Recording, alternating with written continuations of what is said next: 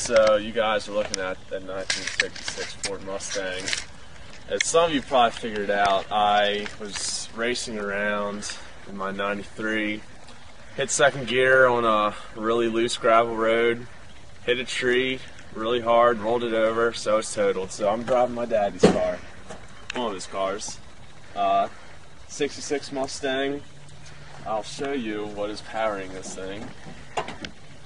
It is a 6-cylinder like Mike's, but it is not an overhead cam. 200 cubic inches. And if you look at right here, this thing is called a distributor. Many of you do not know what this is because you are used to coil on plug. And inside this, there is a rotor. And to pull a good crank on someone, you take the distributor cap off, pull the rotor out, and then somebody tries cranking it and won't start. You can look in here, everything is so open, like you can jump in this and you'll fall straight through. That's how open it is. It's work in progress, we'll have some videos uploaded. Gotta change the bumpers, we're going to do an interior restoration, all new interior parts. Gonna repair the floors, repair the frame rails. It's hard to say. It's got Craig sashes on her. And one very cool thing about this car is not only does it have drum brakes in the rear, but it has them up front. And they're manual brakes. And it has manual steering. So it's quite adventurous to drive around. And another cool thing about this car is it has 3 gears, which was amazing for 1966. That's like a 6-speed today. So we'll take this baby for a spin.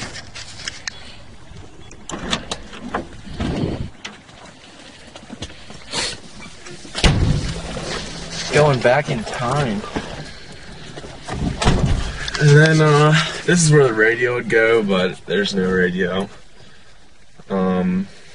Speedo goes 140, but that's impossible.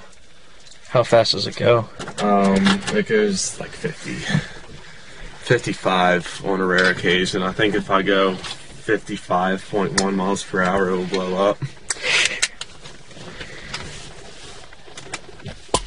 All speed on the floor. Oh yeah. This car is actually very cool though because it has the deluxe interior. It's got the little Mustangs running around. And this thing, I don't know what that is, but... How many miles does this have? It either has 89,000, 189,000, 289,000, or it could have 1,089,000 miles. So... Oh, shit. Hold on. There we go. Classic muscle. Oh yeah.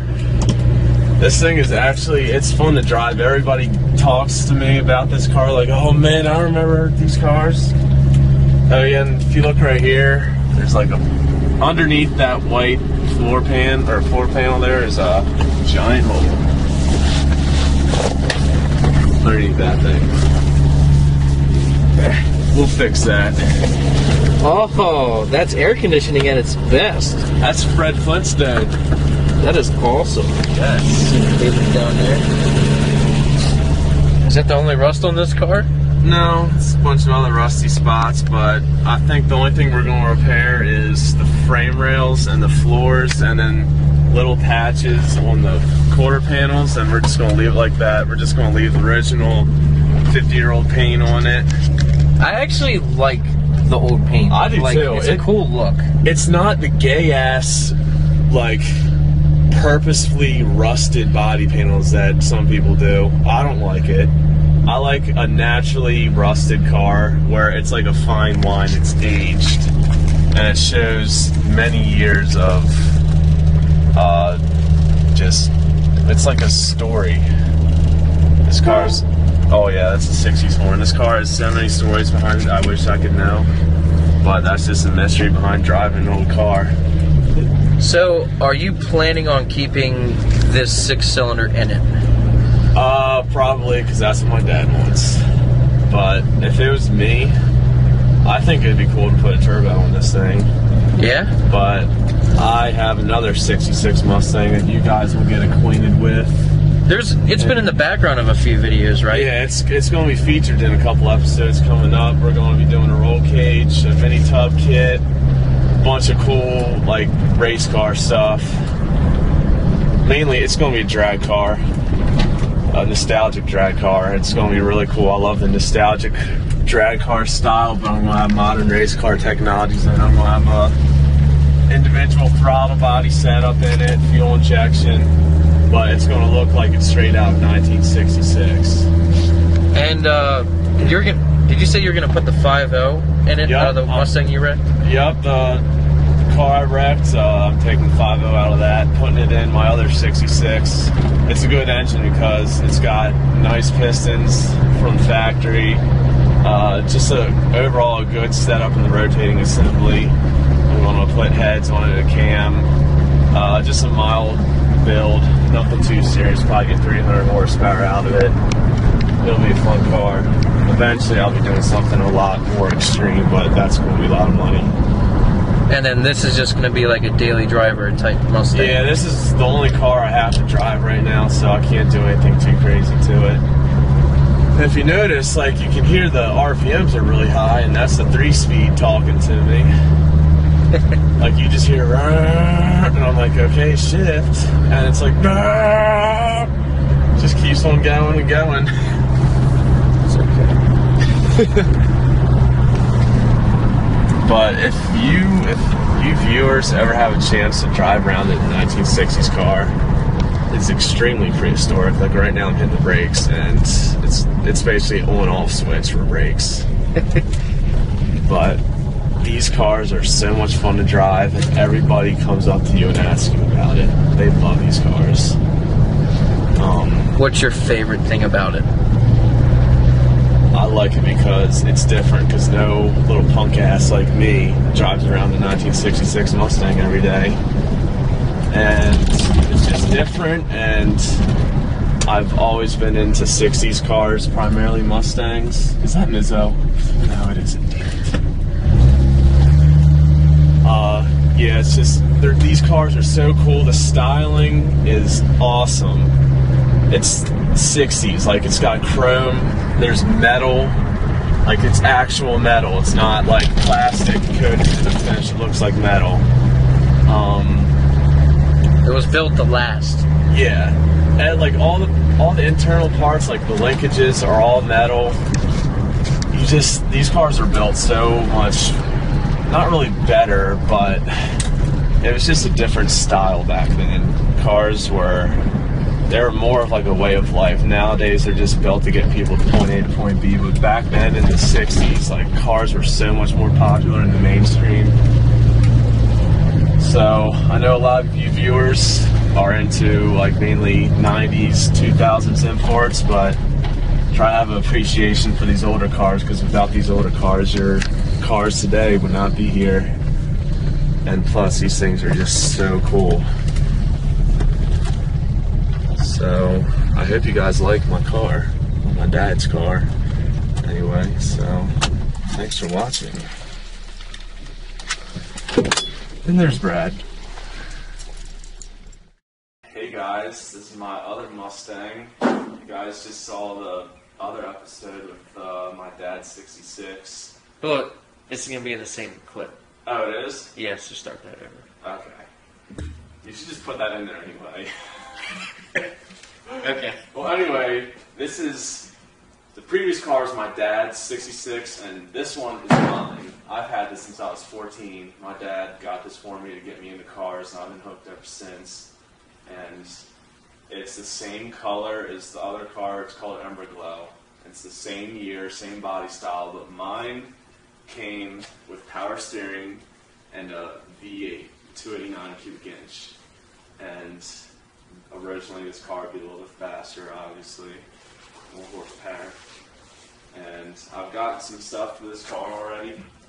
The carbon fiber teardrop hoods, modeled after the 64 Thunderbolt hoods, the legendary Ford drag car from the 60s. I am putting on this wheel combination. Some of you are thinking, why is he putting two different sets of wheels in this car? This kid is an idiot, and I like to be different and go against the grain. These are ET Drag Masters 15x5, and then steel wheels 15x7. And a lot of guys back in the 60s ran steel wheels in the back and styled wheels up front, but I've never seen this combination, even in old pictures from the 60s. So I'm really excited to see how that turns out, especially on this car. If you want to come look over here, me and my dad have already replaced the floors. They were completely rusted out. I'm sure we'll put a video up of how to do floor pans in the other car because they need them. I'm actually going to take these seat risers out because I want to have my seats a lot lower, and I'm 6'3". I'm a tall guy, and my head rubs against the headliner. So I want to have more headroom. What's that? That's a mini tub, and I will show you guys how to do that. Come over here. Look at this. This is stock. That's a stock wheel well, and then this is a mini tub. I think I got like 4 inches of tire clearance now from doing that, and I notched the frame. I'll show you how to do that later on. I'll be able to fit a lot bigger tire in the back, and it's going to look so much cooler. And there's no gas tank. I'm going to put a fuel cell in, relocate the battery in the trunk. If you look in here, the coolest part about this car is the driver's view looking into the vents. Because you can, when I have my intake set up, I'll be able to see my engine rocking back and forth while I'm driving. It's going to be so cool. But this, I told you guys earlier, it's mainly nostalgic. I want to keep it 60s. I'm going to have some modern technology on it though. Mainly like fuel injection. That? Oh yes. This. I'm sure plenty of you guys know I wrecked my car. The heart and soul of my car will live on. And I'm going to put her heart in this car, and she will live again. So don't fear, she's still alive. But it's a 93 5L roller cam. It's a good setup. Just baseline, I can just put heads and cam, intake, and probably get 300 horsepower. But eventually I want to build up something a lot more powerful. But I don't have that money. I'll show you the engine that it has now. And this hood is extremely lightweight, too. That's a 289 2-barrel carburetor, power steering. You can see it's pretty old looking, original paint everywhere, dust everywhere. It's kind of cool. But it's going to be completely redone in there, new engine, individual throttle bodies, MSC ignition, all that good stuff.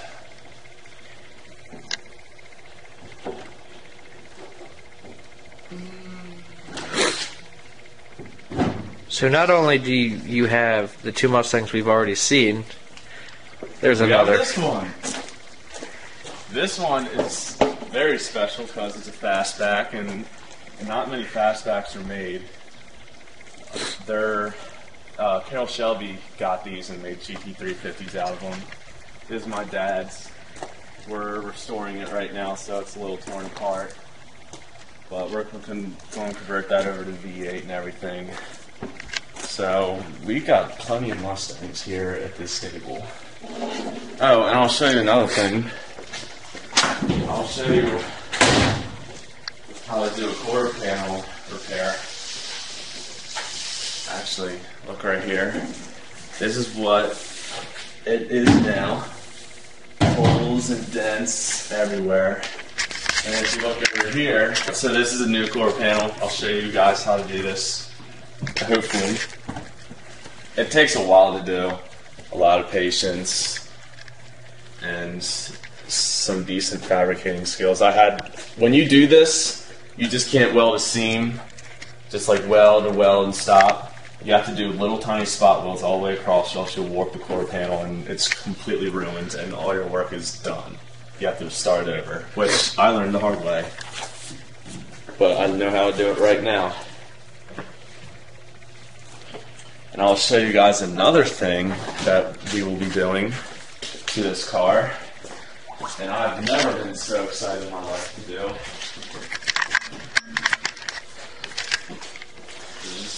A roll cage.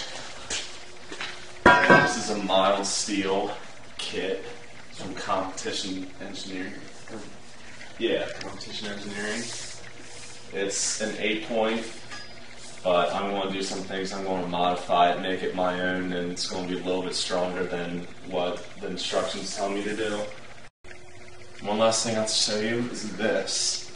It's a top loader 4-speed. I'm putting in this car. I was thinking about doing a 5-speed, but I want to go old school, because race cars only need 4 gears. And something special I have to do is get a custom bell housing to mount that engine over there. And it's going to be a cool mod to do. I'll show you guys how to do that soon. So I'm done. Mike, is there anything else? No. Alright.